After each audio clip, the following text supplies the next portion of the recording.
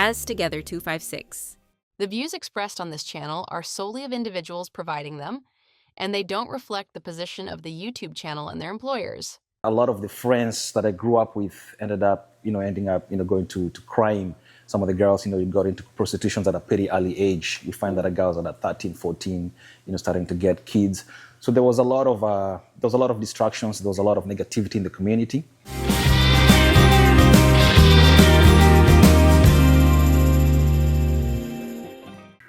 Hi everyone, it's Lighton again. I'm a CPA. I'm also a content creator. Welcome back to Us Together 256 and Puzzle Media 256. This is one of the best YouTube channels. Vancouver, BC, Canada, Ugandans. Clock it, Beauty with Brains. I have a very interesting guest that I'm excited to host today. He has a non-profit that helps in the community. I'm excited to have you. Please introduce yourself to our viewers. Thank you so much. Wow, I'm glad to be here. Thank you. Thank you very much for the invitation. So my name is James Kamau. I'm originally from Kenya. Right. Came to Vancouver. Actually, the funny thing, today is my 20th anniversary. Really? So 20 years today, I landed in Vancouver. Okay, congrats. So I'm glad. I'm the founder of Beyond Hoops Africa, which is a non-profit organization that empowers youth through sports. Okay. So we use sports as the tool and the platform to mobilize youth. But also from that, now we also branch out in other community social justice issues, like the environment, education, mental health, and also working with girls, to support and provide like sanitary products and all that. So yeah, so it's exciting to be here today. Okay, I'm excited to have you. And on that topic about you supporting girls with sanitary pads, right? Do you think we also need to include boys? Let me tell you why I'm saying this in a way, right? Mm-hmm. I feel like we've been empowered as girls, right? That, from a young age, you're telling us, go to school, get good grades, or get your business, or whatever you're doing, have something for yourself. Yeah. And a part of me feels like the boy child was kind of left out. Mm-hmm. But these are the boy children that we're going to get married to. Mm-hmm. You know what I mean? So like our programs don't discriminate to boys or girls. Like, we have both boys and girls. Okay. And even just giving an example, for example, when we run our menstrual health programs, the boys are involved in that. Right. Because one thing that happens in school, for example, when it comes to even like menstruation and all that, there's a lot of shaming that comes, with that at an early age. Mm-hmm. So I think when the boys are empowered to learn and be educated more about it, I think that stigma and shaming reduces quite a lot. Right. So that's something that we're very open in doing. But I think the reason why it seems like there's more empowerment towards girls is because when you look at the numbers, the people that are in leadership, there's more men than women. So you find that when decisions are made in terms of policies and programs, a lot of times it will favor the majority of the people on the table. Correct. So trying to push for girls for equal representation, I don't think that undermines the boys in terms of empowerment. Mm-hmm. But again, when it comes to resources and activities, there should be an opportunity for both of them to be involved. And that's what we do for all our programs. We don't discriminate. This is just for girls or just for boys. Mm-hmm. We bring everybody on board for sports and environmental programs, mental health, everything. Right. And on that very stand, do you think that, through your organization, right? Mm-hmm. Do you think there needs to be, I guess you guys are already doing it, like to talk to the boys, right? Mm-hmm. Like I'm 30, right? 30 something. We leave the something out. But I'm making 32 tomorrow, actually. Oh, happy early birthday. Thank you. So do you think that there needs to be a way of like telling the boys that just because we are empowered, it's not that we are trying to take them down? Mm-hmm. You know what I mean? Like we just want to be able to contribute to a family. Like let's say if I get married right now, I am a CPA. I'm not just going to be a mother. I'll be a mother that can also file your taxes. You don't need to go to a tax. You know what I mean? Yeah. So is there something like that in a way? I think the conversation for that a lot needs to happen like right from the home. Okay. Because I think what we've grown up seeing, like for me, I grew up in Kenya, grew up in Africa, and I think the gender roles are pretty defined. Yes. This is what the boys do. This is what the girls do. You go even in some of the rural communities, girls getting married off early and all that. But I think the conversation the conversation right at home, where the girls are given the opportunity to be who they can be in terms of the words. Because a lot of times, we grew up in the words that we hear, from our parents, from our seniors, from our teachers. Okay, you will be married off and leave the home. Right. So I don't need to invest money for you to go to university or higher education and all that. But I think with the current generation, see that shifting, Right. where now girls, are being treated in a way that, they can be who they want to be. Right. Even now, they're being encouraged, go become president or, something that is kind of beyond just the regular being at home, cooking, taking care of the kids. So I think we're seeing a shift where now things are really changing. But I think the older generation, maybe a generation before me, Right. are kind of like slow to adapt to that. But I think my generation, I have 2 girls and a boy. Right. So, and I don't treat them different. Based on gender. You know what I right? mean? So I treat them like, equally, because I would like my girls to have an opportunity to thrive in any field they choose, Right. despite their gender. Right. You know And what I also mean? to be able So, to contribute to their home when they get married, when the time comes. Absolutely. To contribute more. Because like sometimes you see situations whereby like the father falls and the entire family falls. You know what I Yeah. mean? Like let's say Yeah. financially or something. Right. Okay. So going back to the organization, which is the main, topic, right? What are the programs that you do? How can people join? And what inspired you to start this, first of all? So just kind of like fast tracking how the whole thing started. So I grew up in Nairobi, Right. so in a community called Dagoretti. And I would say it's a peri-urban. It's not like, quite city, but, it's not too far from the city. But the thing is that there was so much confusion around for me growing up, in terms of like maybe what, the church was expecting me to do from what my peers were expecting me to do. It was different conversation, different things, expectations coming around. Right. So you find that a lot of the friends that I grew up with ending up going to crime. Some of the girls, got into prostitution at a pretty early age. You find that the girls are at 13, 14, starting to get kids. So there was a lot of distractions. There was a lot of negativity in the community. So for me, because I choose the path of participating in sports, Right. so that's kind of what kept me away from all the vices that were happening in the community. Right. And the fact that I had a really good coach that was almost like a father figure when it comes to the mentorship and looking out for us as youth. Like, if I was seen with somebody that I was, like not too up to good things in the community, Right. like the other boys would tell the coach, hey, like, we saw this, we saw so-and-so hanging out with kids that are maybe, smoking pot or, doing other things. So you saw that kind of brought you into to be focused. And also I had ambitions of, playing professional sports. Right. So I started with soccer, then I got into basketball. So I can say just that being a part of organized and structured sports is what kept me away from, the drugs and the crime. Right. But then fast forward, started getting involved in our community work. Okay. So, we came together, a few friends from the community, and we decided that, hey, we don't see any role models in our community Right. that the kids are growing up to look up to. Right. Because some of the people that the kids were seeing, or people that got into crime, they had a lot of money at a young age. So that was enticing and tempting, because Right. now, like these 17-year-olds, they have money, they're growing up with beautiful girls and everything. So for a kid that is like 10 years old, Right. maybe growing up in a family with a single mom where they're struggling to even have 2 meals in a day, it's so tempting for them to go join the group there, get some money, Help them out. try to support. And to be quite honest, that was the attraction. Right. A lot of boys are like, okay, if there's 5 of us siblings and I'm the oldest who's 15, mom has no job, and like my siblings are sleeping hungry. But if I go there, steal some money, do something, I come back home, I'll come back home with packet of flour, come back home with some cooking And then oil. sometimes in the African Right. settings, they make it seem like, oh, you're now the husband of the house. My mom told my brother that. You're the biggest son, right? So you get that pressure and responsibility Yes. to be a provider. Yes. But then you're being a provider at an early age where, number one, you've dropped out of school, Right. so you have no anything to do with academics. In terms of business, you don't really have the capital to even start just a sensible. simple business. You know what I mean? So I think just growing up in that scenery there, we felt that we needed to do something. And it just started with a few of us coming together and said, hey, Right. we want to change the trajectory of our community. Right. And that's how it started. We started forming homework clubs. So some of the kids that came in from families where the parents were not literate. Right. So we were helping them out with homework. From that, we were involved with the soccer program at the community. And, the whole thing continued. And actually going on, like one of the soccer programs that I was in our community was one of the most successful ones in Kenya, just because there was great talent. Right. I have colleagues that ended up playing beyond Kenya. That's what I was playing going to Europe, ask you. Like, do you have people that have played beyond? everything.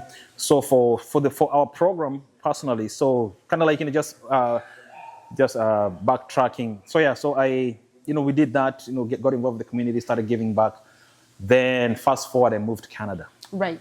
Right. So when I moved here, so I felt that I still needed to be connected with what we had started. Yes. And that's how the whole thing began. So when I came here, I started a nonprofit organization, and the whole point was to be that bridge between me being in Canada and now being a voice of reflecting and showing what's happening back home. Right. And slowly by slowly, so every time I would travel to Kenya, I would bring a couple suitcases, bring in like soccer balls, bring in basketball, bring in like soccer boots.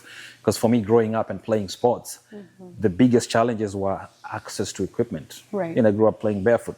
We had like one ball, like 50 kids. Right. So I said, if I was gonna make it, the thing that I would do to give back would be through the things that I love. Right. And that's community work and sports.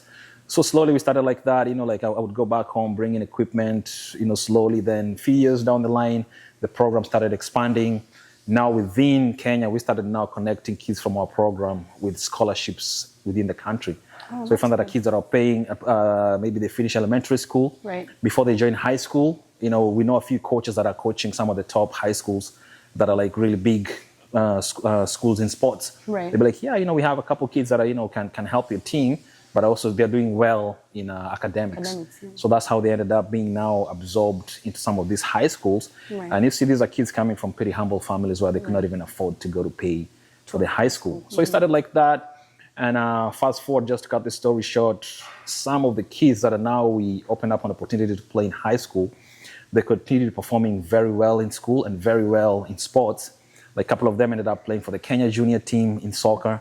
And now through that, I connected with some other folks in the US, and we were able now to open now another bigger door. Now we started now connecting kids from Kenya to academic and athletic scholarships in the US.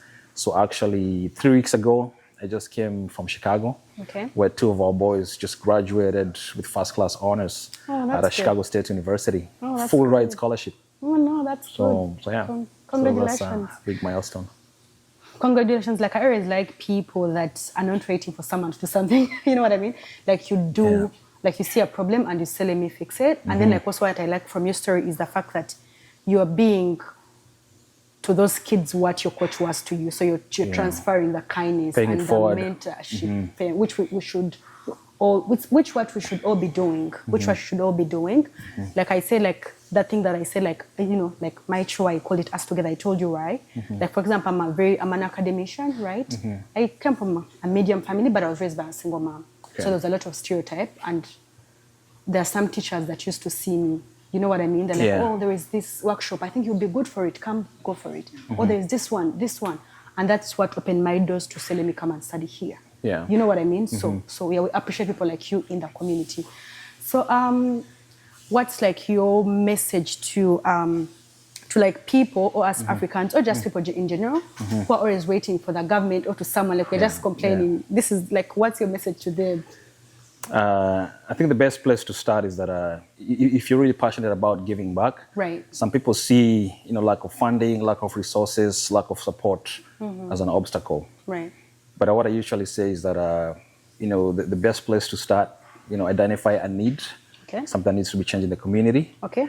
Find a solution that does not require permission. Find a solution that doesn't require and does not require money. And doesn't require It just money. requires you showing up and getting the thing done. Okay. Then start doing that consistently. Okay. And now start inviting people to be a part of that. Oh, And okay. by the time you realize it's going to be a movement of people that are change makers, but it's starting from them. Right. But they're not staying, doing nothing, pointing fingers at what the government is doing, about inflation, about recession, Right. about lack of funding. Because a lot of things, they just need us showing up, Absolutely. rally up a few people. Right. And we already have resources that we can bring in. Right. Just us showing up and our presence is like 90% of the resources that are needed. Absolutely. So if there's anything that it needs, money or anything else, by the time you start doing something, it's easier for people to come and support or push a moving vehicle than a vehicle that is stagnant, waiting for funding, waiting to start. Complaining. So, I cannot come and say, hey, you have amazing ideas, but you've done zero groundwork in terms of getting started. Right. But if you started and like, hey, we're like 60% almost there, like it's easier for somebody to come in and push to the last finish line when there's Because they already can trust. energies, right? They can see, if you guys have done this with no resources, Right. and if you had a little bit of more resources, you'll get more done. Right. But when you just want resources to get started, Like, you find a lot of Sunday people trying to join whatever it is that they're trying to do. Yeah, that's good. So like about, let's say like, your NGO, right? Like in Kenya, all people who are here, all Kenyans in Uganda or in Tanzania or wherever, because Ugandans are going to watch this. Yeah. I went to school with Kenyans, and like, how can they access like your NGO? So our programs are divided into two. Okay. So we have, Beyond Hoops Africa. Beyond Hoops so we Africa. have the Kenya office, Right. and we have the Canada Canadian office. yes. Okay. So the Kenya office is mostly, we're based in Nairobi, but we also do stuff outside of Nairobi. Okay. So we have about 7 staff that are like, like all around working for us. We also have a lot of volunteers that are engaged with that. Okay. And the programs in Canada, we've kind of picked up a niche of empowering youth, but Right. now also, we do a lot of work with newcomers, Right. new immigrants, but just kind of creating that platform of, number one, accessing structured sports, Right. but also bringing in issues like promoting inclusion, Right. tackling racism, Right. also issues like mental health and financial literacy, Okay. things that a lot of newcomers coming in here are not really exposed to. Right. Like for me, when I came here, I didn't have any education about credit cards. Right. So when I got my first credit card, I thought, shoot, like, I have money. Like, Foot Locker, Nike's, swipe, you know what I mean? Then, you go to the brick. Right. Yeah, technically you can start paying after a year, right? Right, right. Take like Italian leather couch and everything. That's a Because you get have, rich in you know what I Canada. mean? Yeah, That's you're what like, oh, I want to look rich, but I don't want to do the work to actually become rich. Right. But I find these are the things that are us coming in from the continent and coming in here. There's that gap when it comes to the knowledge and right. information, Right. especially something like financial literacy. That's Something that is very so key to start even at an early age. Right, Like right now, my oldest is 12. My second one is 10 and 8. Right. Like we've already introduced financial literacy to them. Right. Right. When it comes to spending, they all have like a spending jar, a giving, a saving, just kind of starting to develop that relationship with money early. They need to. And now knowing that, like, if you bring value to the marketplace, you get rewarded Right, for right, that. right. Like right now, if we go to Toys R Us with my kid, they're not telling me I want this and I go back to my pocket and buy it. Right. So I'll ask them, so how much do you have on your spending jar? Exactly. I have $30. Okay, that's 25. Do you want to spend 25. like 95% of your money in Right. buying this thing that you're going to be bought into? Then you see that thought process, like, no. Okay. Right. So I think that's something that I like, us personally, number one, educate ourselves, financial literacy, especially being in this side of the world. Yes. And the other thing, financial past that, literacy is key. It is key. Especially most newcomers, like if they fall into the trap of credit card, get account loan, like all these other loans, before you know it, you're so much in debt. You're Before you paying know it, consumer and the consumer interest debt. rates The and interest rate is everything. crazy. Yeah. So anyway, going back to the way to get a hold of us, we're on the social medias. We have a website, beyondhoopsafrica.com, and Beyond Hoops Africa, Facebook, social Instagram. media, LinkedIn, Instagram. Right. But right now we're only in Kenya. But the long-term goal is, go East Africa, then go Africa. Yes. You need to come to Uganda. I'd love to. I've gotten a lot of invitations because actually what we did last year in Kenya, we were able to build a basketball court, Nice. in the community where I grew up. So that was through fundraising from colleagues out here. Right. We fundraised with them. Actually, 14 people from Canada traveled to Kenya to go to launch the basketball court. But down the line, we want to do, build a basketball court somewhere in Uganda, somewhere in Tanzania, Rwanda, and just kind of keep the development of the game growing. Okay. And I think something that we bring unique is not just sports. Right. We bring in just sports, but also bring in the education component. And mentorship. Financial literacy is part of our program. Mental health is part of our programs. Looking at access to education and creating pathways for youth that are talented and they have good academics, creating that pathway for them to be able to go to study either Canada, US, and there's just a lot of talent back home, both academically and in athletics. Yeah. Okay, as we wrap up, like what is your message to two people? One, a parent whose child likes sports, but the parents are still a bit patient. They're like, oh, you need to, just be a lawyer, because you can be a lawyer and a sports person as well, right? Yeah.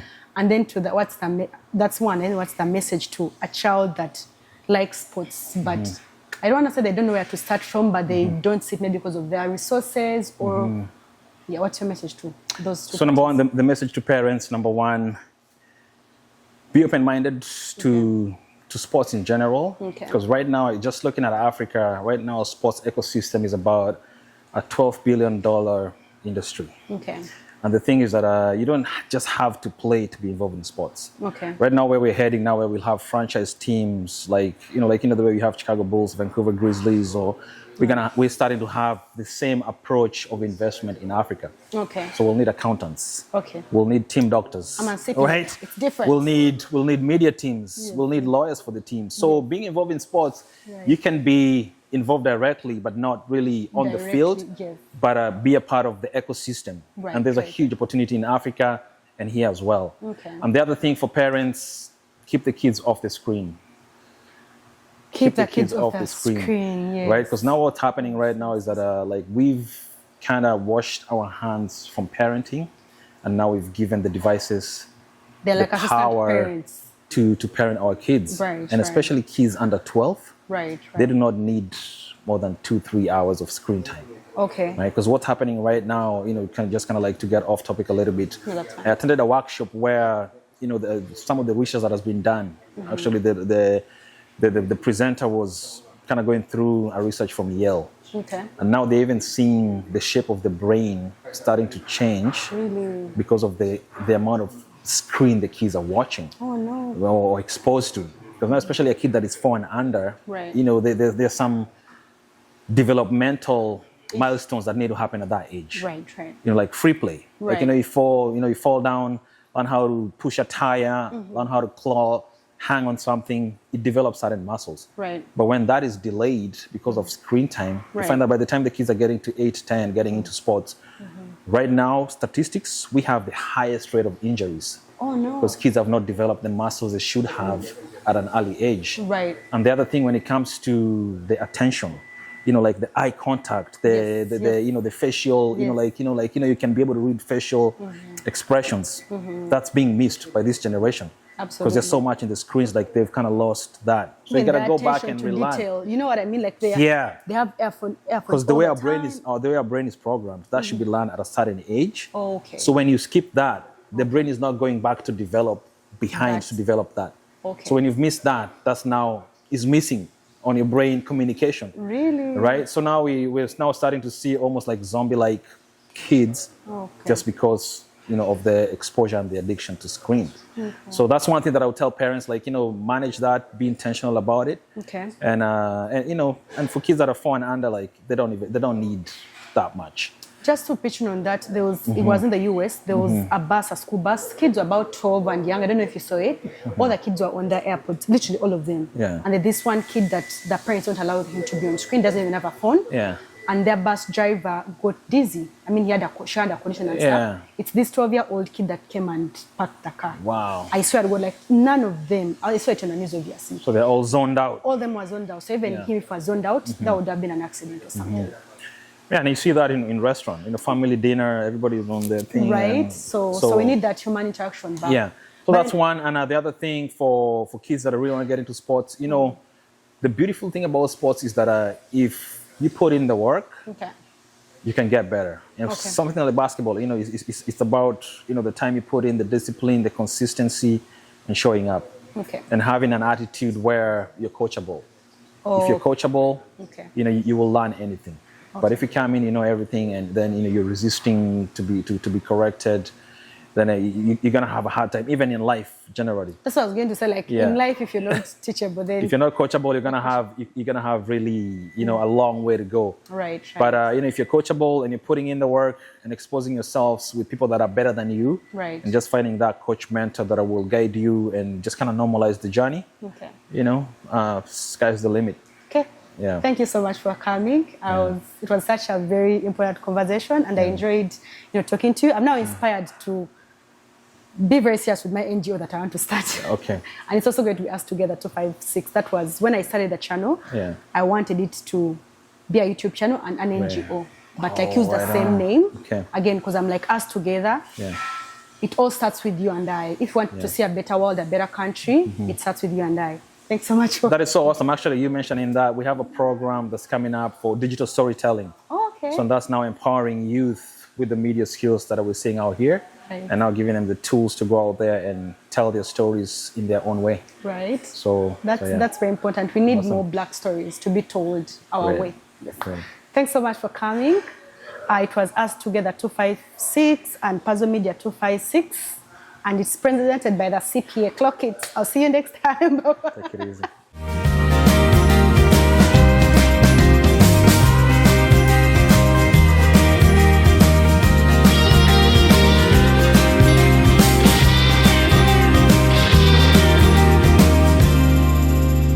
Together 256. The views expressed on this channel are solely of individuals providing them, and they don't reflect the position of the YouTube channel and their employers.